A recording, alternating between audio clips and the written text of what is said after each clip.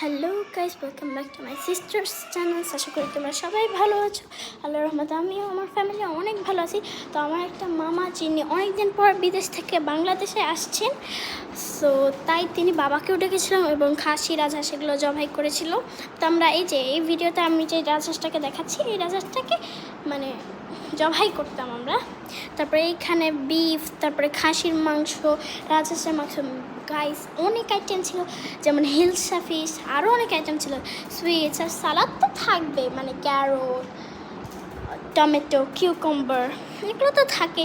আর সঙ্গে গাইস ছিল পোলাও, তারপর শ্রিম ছিল, এগ কারি ছিল, আর ডেজার্ট হিসাবে ছিল আমাদের কাছে সুইটস।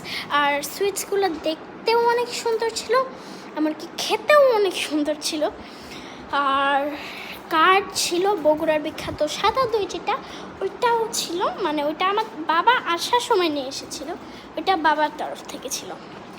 আর হচ্ছে গাইস, মানে বলবো কি, ওই দিন বনভোজন মানে যত ইচ্ছা করেছিল সব খেয়েছিলাম।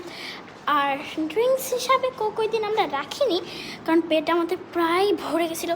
গাইস এই ভিডিওটা অনেক ছোটো, সো আসসালামু আলাইকুম, বাই বাই গাইস।